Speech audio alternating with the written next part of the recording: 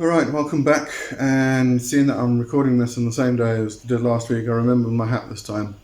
Good stuff. Alright, so if you have any questions, just drop them in the comments to one of these Ask Uncle Lee videos and I will add it to the list. Okay, so let's get into the questions, but first the intro. Welcome to my channel. You are entering the world of magic and mysticism with your host, Lee W. Johnson.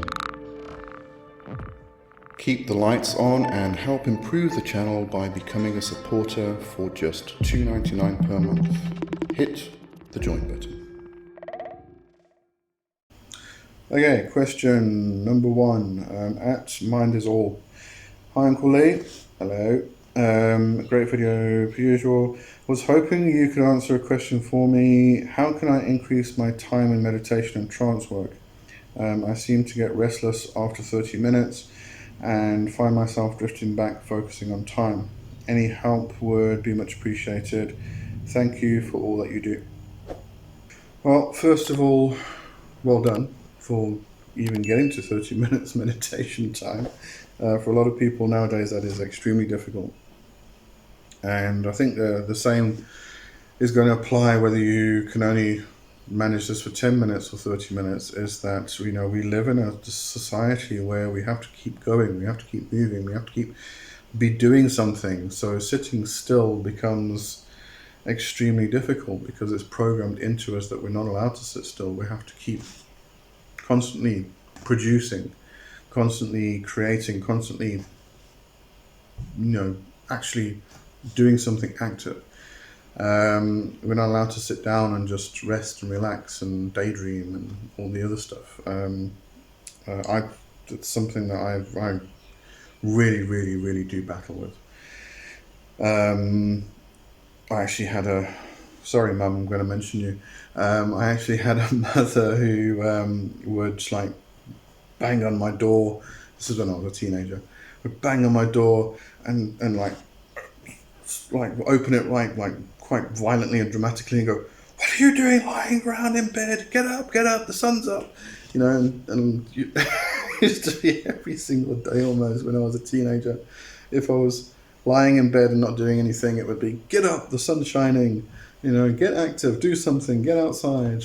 So I had that kind of programming where I've got to keep doing something. So for me to actually sit down and just relax and just daydream, still it's extremely difficult for me. But how can you increase it? One thing you can try is coming back to mini goals. If you're at 30 minutes, or let's say come back to 25 minutes, because if you're battling at 30 minutes, 25 is going to be easy for you. So come back to 25, and then what you can do is each week add a minute on, because a minute isn't really noticeable, it's not really that long, and over a period of a week that becomes almost unnoticeable. So you do 26 minutes for a week, and then the next week you do 27 minutes, and then you do 28 minutes. And this is going to take a long time, obviously, to get over. I mean, this is 5 weeks, that's a month and a week basically, just to add those 5 minutes on back to the 30 minutes. But then you take another 5 weeks and you're 35 minutes, etc. So each week just add a minute on, and it takes a period of time. But it's such a small increment of time compared to the previous 25 minutes or whatever, and over a week long period. You could even, if that's even difficult, add a minute on a month, and if you're doing this every day for the rest of your life, you'll get there eventually. And I think that's part of the problem, is that we feel we have to get there now. We don't think in terms of, okay, I'm older, I'm 52, I think. Yeah, I think I'm 53 this year. I always forget my age. But even there, I mean, if I live to 80, let's say I'm 50 now, that's 30 years. So even if I were to add, I would to take my practice at, just for argument's sake, I'm doing 15-minute meditation, and I had to add a minute on every month for the next 30 years. That's a lot of time, okay? But we feel that we have to get it done now. Everything has to be done now, instantly. You don't have time. Time is an well, time is an illusion. There's no such thing as time, but time. We shouldn't allow ourselves to fall into this illusion that we have a lot of time. We don't. We've got to do everything now. And this is kind of the impression, the mentality, and the programming that we have in us. And it gets reinforced every single day with news and social media and everything else. We have to get everything done now, as quickly as possible. We incorporate tools into our lives to try and make things efficient and quick, and so that we can get everything done as quickly as possible. And quite often there's nothing wrong with that. They can be quite beneficial, but in certain circumstances we have to take the time, and especially with meditation and doing trance work and things like that, we have to take the time. Otherwise we're really just half baiting it at the end of the day. So try and change that mindset of you have to get it done now, and at the same time try and create these mini goals to increase that time over a long period of time. Now, the other thing to mention here is, if you are completely and utterly still, you'll usually find this when you're lying down on your back and you're not moving. I have it every single time, and there is a way to overcome this. I was taught quite recently, actually. So I'm going to take that example. You're lying down on your back. This is like a position I would take if I'm going to practice astral projection, for instance. And your hands are by your sides, okay? And you're not moving. You're not moving a single muscle. You are making sure that nothing twitches. You're not like moving your hands around. You're not shaking your leg. You're not moving any muscles at all, okay? You're just lying there and just breathing slowly. Right. After 20 minutes, your brain forces you to move because it feels that there's something wrong because you have not moved, and it needs to check you're not dead. So it will start to create irritations in your muscles and in your nervous system. And this then forces you to move so that your brain knows you're not dead, okay? To overcome this, what you can do is put something heavy, like a heavy pillow, over your belly, and this creates comfort.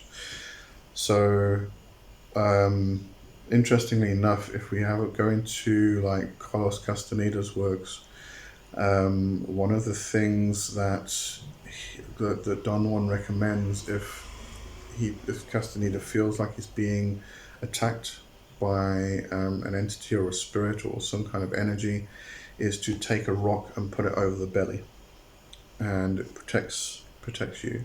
It creates comfort, and also reassures the mind, the brain, that everything's okay. So if you are, I do understand what you're saying. It's that thing of you get irritated and you start thinking about how much time you've been doing this for. What I also experience sometimes is I set a timer. If I set a timer to do a meditation, I kind of start thinking to myself, did I press the start button on the timer? Did I set it for 30 minutes and I've been sitting here for an hour and I didn't even know it? I need to check. And it's just that thing of I have to check. I can't stop it. I've got to go and check. And then it obviously breaks the meditation. So there's that, coming back to the time aspect. But at the same time, if you are experiencing irritation within the muscles and the nervous system to force you to actually move, then maybe place something over the belly. You can use your hands in a mudra, for instance, over the belly. Or hold a rock, hold something over your belly, so that you have, that reinforces that comfort. Anyway, so that might be something worthwhile mentioning. See if it helps or not. Okay, I think that covers that one anyway. Let's go on to the next question. Mr. Mutt Mutt, hey Uncle Lee, what is your take on a black cat crossing the street from left to right? Read many different takes on it. Unfortunately, I'm not a superstitious person, so this isn't really something I can answer, but you asked it on the Ask Uncle Lee, so I thought I'd add it anyway, but sorry, don't really have any opinion on that one. Okay. Now I can't go back. There we go. Okay, next question. At John Clark 1079. Hi Lee, love your content. Thank you very much. I've been watching your videos on the spirits of the Goetia and beyond, and I found it to be excellent. Sorry if you've covered this before, but what are some ways to naturally grow one's natural psychic abilities? I'm looking for ways to boost my connection to my third eye and see more clearly. Any resources you can recommend? I would recommend, firstly, obviously, meditation. Secondly, I would recommend yoga. Raja yoga, Kundalini yoga. And when I say Kundalini yoga, you know, we're not talking about shooting this serpent spirit through the spine into the head and exploding out. Well, we are, but in a progressive manner, not in this kind of, I can do it in a week. If you go and have a look for a book by Swami Satyananda, Swami Satyananda Saraswati, yes. It's called Kundalini Tantra. This is the Swami from the Bihar school, yoga school. But the book's called Kundalini Tantra. That's an excellent source. Now, he does recommend, obviously, in there going, I think I mentioned this before when I was talking about Kundalini Yoga itself. The reason I like his approach in his book, apart from the fact that he is Hindu, he is a yogi, but he approaches all of these topics from a Western scientific perspective and does comparisons, which is fantastic. But the approach he takes to actually raising Kundalini, raising the energy, creating or developing all of the cities, the psychic abilities, and magical powers and things like that, is he starts with the third eye. And the reason for this, he explains later when you get to the sacral, was it the sacral? Yes, it was a sacral chakra. As you start with the third eye, then you go down to the root, and then you go into the sacral. When you get to the sacral, this can often bring up a lot of sexual guilt and sexual tension, and some people find it very difficult to get past that. If, however, you have worked with the third eye, the Ajna chakra, and you've opened that chakra, you are usually bringing yourself into a state where you are the observer. And therefore, when you get to these difficulties, going, raising the energy up, and you get to that sort of barrier, you can observe what's going on rather than participating. And through that observation, you can understand where the guilt came from. You can overcome it. All right. So that's the approach he takes. A lot of other people will just go straight to the root chakra because that's the base and that's where you start from. That's number one. That's your starting position. And then they start raising up from there. But I like his approach of actually opening that third eye. Get hold of the book. The practices in there are amazing. They are brilliant. I definitely recommend them. Specifically if you are aiming to open or connect with your third eye and boost those psychic abilities. But remember, at the same time, when we're talking about psychic senses, when we talk about the sight and seeing with a capital S, We are talking about experiencing things with our entire being, with all of our psychic senses. It's just, you'll find that one person's sense of hearing is more developed than their psychic sense of smell or touch or sight, as in eyes, the visual aspect. But it's not, when we're talking about the sight, it's not just the visual aspect that we're talking about, it's the whole being, the whole body, all the senses. Okay, so I definitely recommend that book for that particular thing. I'm actually going to, if you go to my Amazon page, I'm going to create a folder for, I'm not sure what I'll call it, maybe Eastern practices. It's a very broad topic. Yoga, maybe. I don't know. You'll find something in there, and I'll put the book in there. Kundalini Tantra. All right. So let's do one more because I've only done 16 minutes today. Okay. RCBM. Hi Lee, I have a question. There are some guys out there. One of them is J.S. Garrett, I think, and the other is The Alchemist, if I'm correct, who are promoting a thing called Radionics. Basically, they have these Radionics machines, etc., that they claim can supercharge your spells, etc. I was wondering if you know anything about this. Do you think it's true or it's just BS? I definitely don't think it's BS.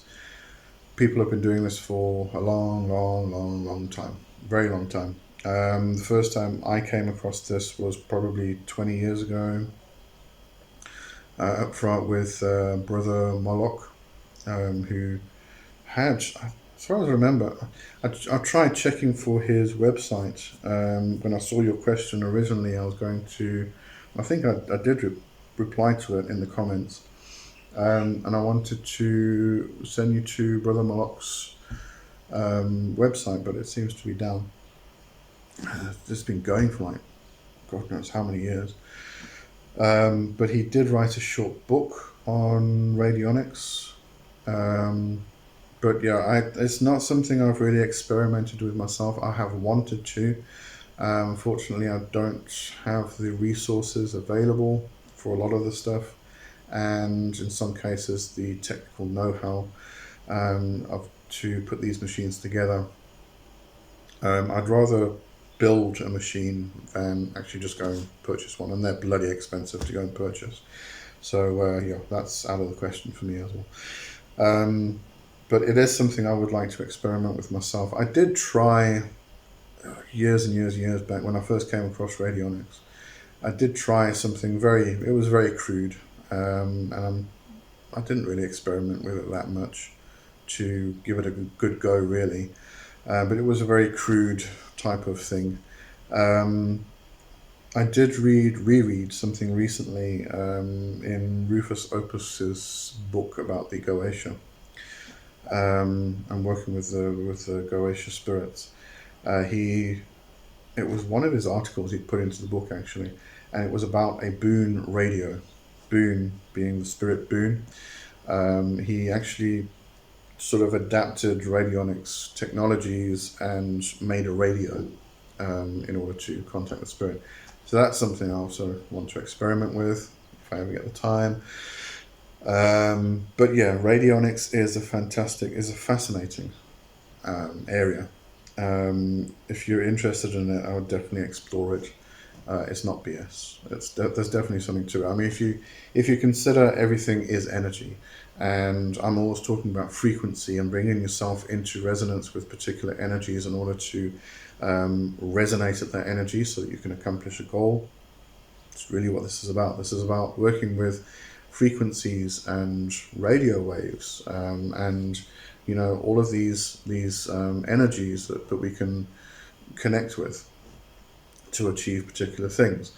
And if you consider that when you're doing a spell work, you are raising energy, okay?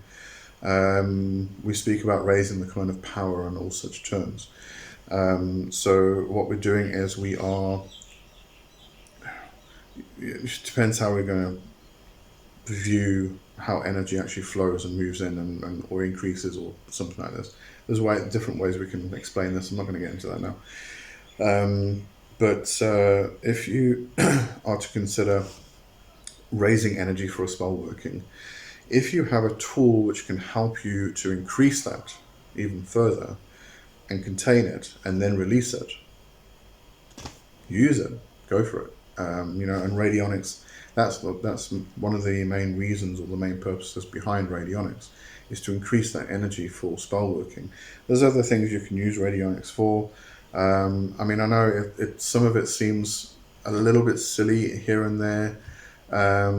For instance, something to do with healing where you've got 2 copper plates and you've got everything connected to these frequency dials and whatnot, and you put a person's picture between the copper plates and just leave it, and that's it.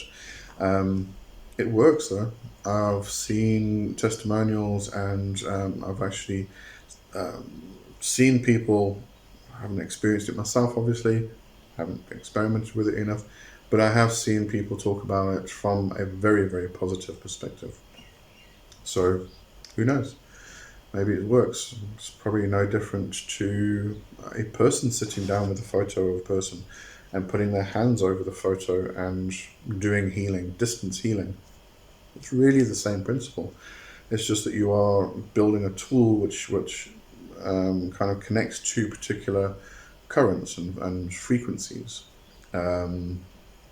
through copper plates. So definitely worth experimenting with. I would say go for it if you're interested. Okay, I'm going to leave it there for this week, and we'll do more questions next week. And have a good one for now. Bye bye. Cheers.